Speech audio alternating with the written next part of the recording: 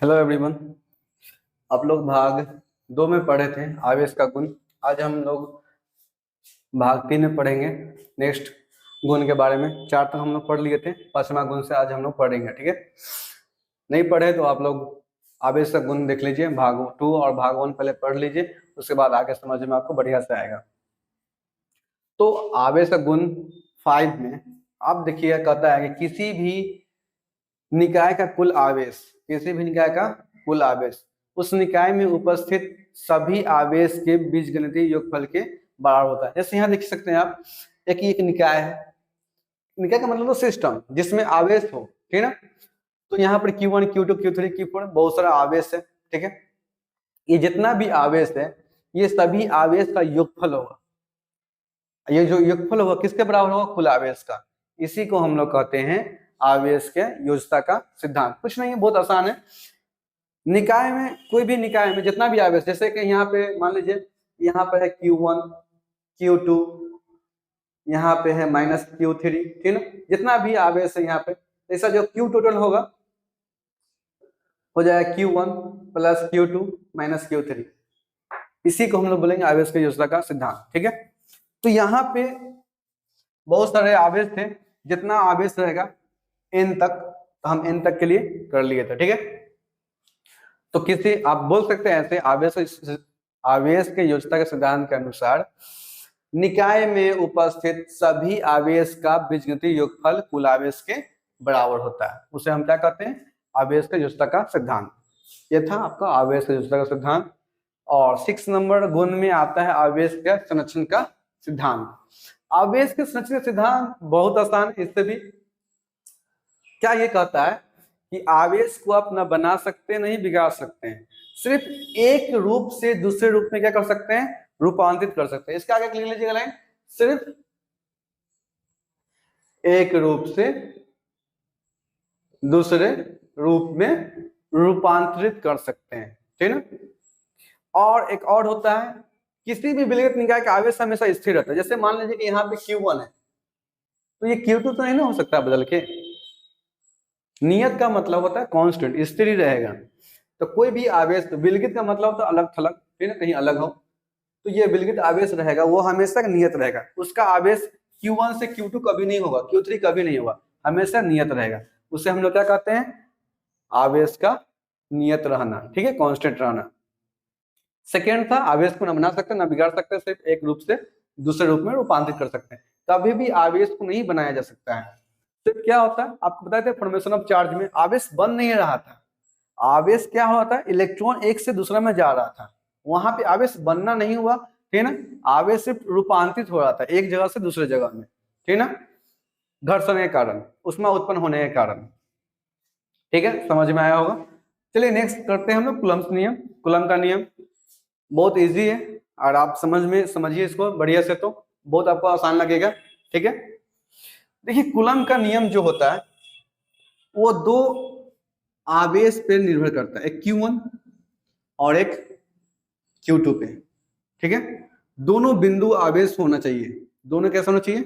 बिंदु आवेश होना चाहिए, ये शर्त होता है, ठीक है ना। दोनों बिंदु आवेश होना चाहिए, और दोनों के बीच का जो डिस्टेंस है, दूरी है, वह 1 फर्मी से कम नहीं होना चाहिए। 1 फर्मी इक्वल टू 10⁻⁻15 मीटर होता है, ठीक है ना।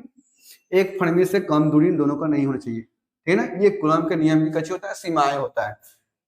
बिंदु आवेश होना चाहिए, पॉइंट चार्ज होना चाहिए, दोनों के बीच का दूरी 1 फर्मी से कम नहीं होना चाहिए, ठीक है ना। ये सीमाएं होता है।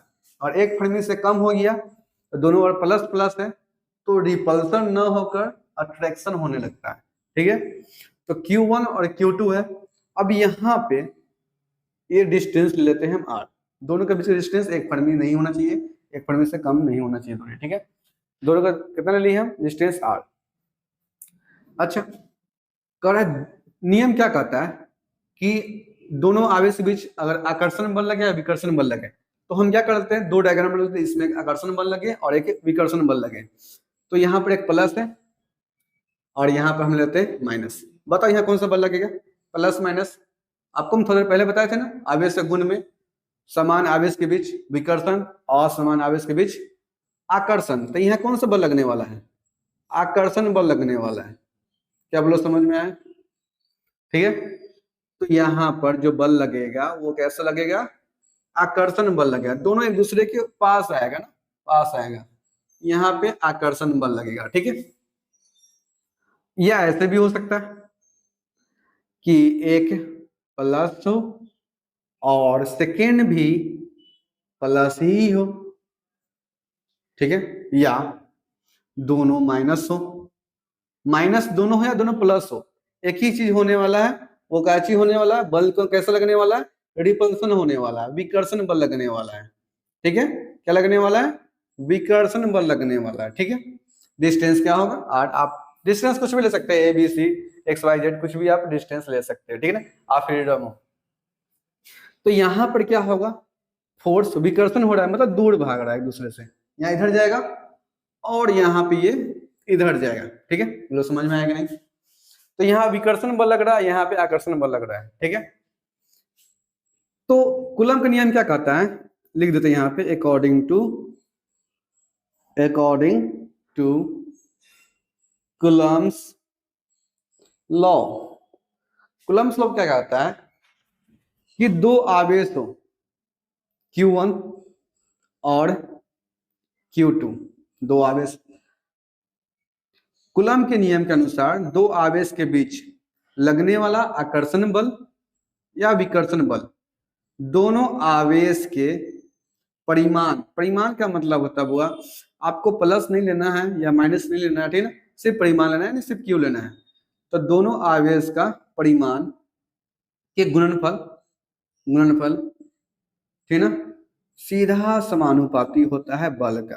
किसका समानुपाती होता है? सीधा समानुपाती होता है बल का।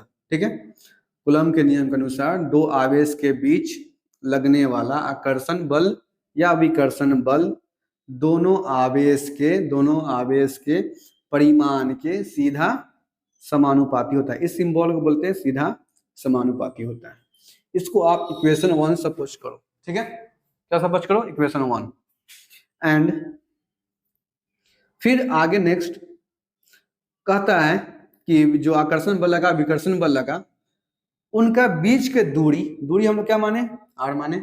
दूरी के वर्ग के व्युत का मतलब होता है रेसिप्रोकल, व्युत कर्मानुपाती होता है। ठीक है ना, व्युत कर्मानुपाती होता है। इसका वही वो समानुपाती कर्मानुपाती एक ही होता है, एक और। ठीक है, अच्छा, फ्रॉम इक्वेशन 1 एंड 2 ध्यान दीजिएगा, दोनों का LHS समान है, इसलिए क्या होगा बच्चा? F होगा। ठीक है, समानुपाती सेम है, F समानुपाती होगा।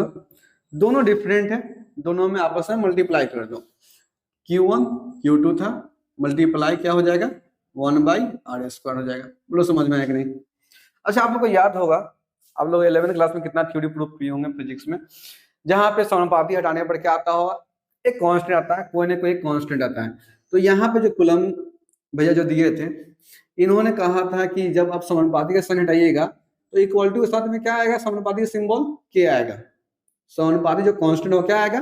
के आएगा। ठीक है, तो के आ गया Q1 Q2 अपॉन R²। अच्छा, ये जो के है ना, ये के किसके बदले आया है? समानुपाती हटने के बदले में आया है, इसलिए इस के को हम लोग बोलेंगे समानुपातिक नियतांक। समानुपातिक नियतांक, बोलो समझ में आया कि नहीं? समानुपातिक नियतांक प्रोपोर्शनल कांस्टेंट बोल सकते हैं इसको हम, है ना। देखिए के जो है ना, ये जो के है प्रो समानुपातिक नियतांक, ये माध्यम पर निर्भर करता है। वायु में के का मान अलग होगा, ठीक है ना, वाटर के लिए अलग होगा। ठीक है, सब जितना भी माध्यम, और माध्यम आप चेंज करते हैं तो के का वैल्यू आपको चेंज हो जाएगा। तो के का मान माध्यम पर निर्भर करता है, इसको याद रखिएगा, है ना, माध्यम पर निर्भर करता है। ठीक है,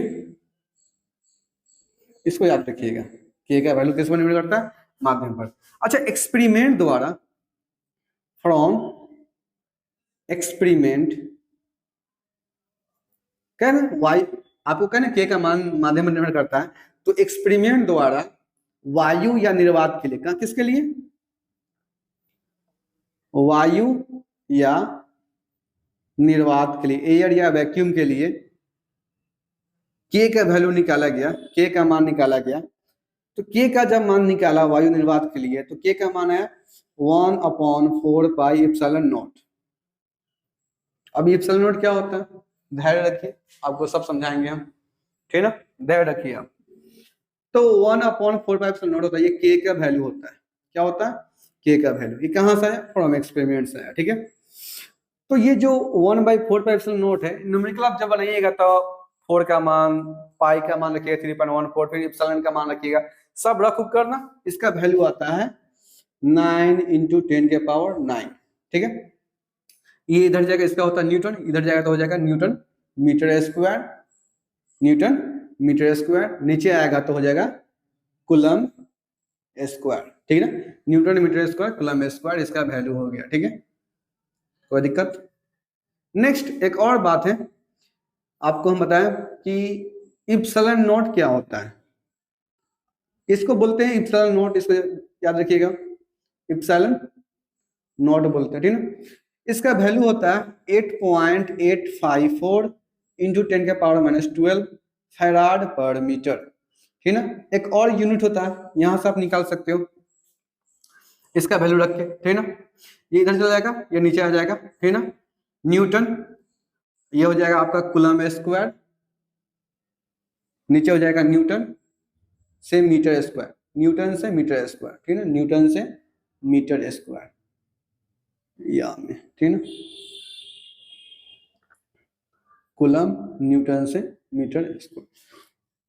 के का वैल्यू होता है, सॉरी इप्सिलॉन नॉट का वैल्यू होता है 8.854 × 10⁻⁻12 फैराड पर मीटर, या coulomb per Newton metre square, ठीक है। अगर ये के का वैल्यू और यहाँ पर पुट कर दे, तो ये के का वैल्यू किस लिए निकलेगा, निर्वात के लिए। तो कूलम का जो नियम होगा किसके लिए हो जाएगा, निर्वात के लिए। अगर कूलम का, और क्वेश्चन में कहें निर्वात के लिए कूलम का नियम निकाले, ठीक है ना, वायु वहां दिया हो या निर्वात दिया हो, तो इस उस केस में कूलम का नियम जो होता है, या के का वैल्यू कितना रखिएगा उस केस में, 1/4 पाई एप्सिलॉन नॉट वायु के लिए निकला है, के का मान एक्सपेरिमेंट से रख दिए। अगला क्या है, Q1 Q2 upon R square है, ठीक है। ये आपका के का मान, आपका सॉरी एफ का मान, ये आपका कूलम का नियम का आ गया, ठीक है। तो यहाँ पर आपका कूलम का नियम समाप्त होता है वायु निर्वात के लिए करके। नेक्स्ट भाग में आपको हम बताएंगे किसी भी माध्यम के लिए कूलम का नियम कैसे आएगा, कैसे नहीं, ठीक ना। नेक्स्ट क्लास में हम लोग बात करते हैं। आज भर के लिए आपका इतना ही, ठीक ना। आई होप आप लोगों को समझ में आया होगा, ठीक है, चलिए।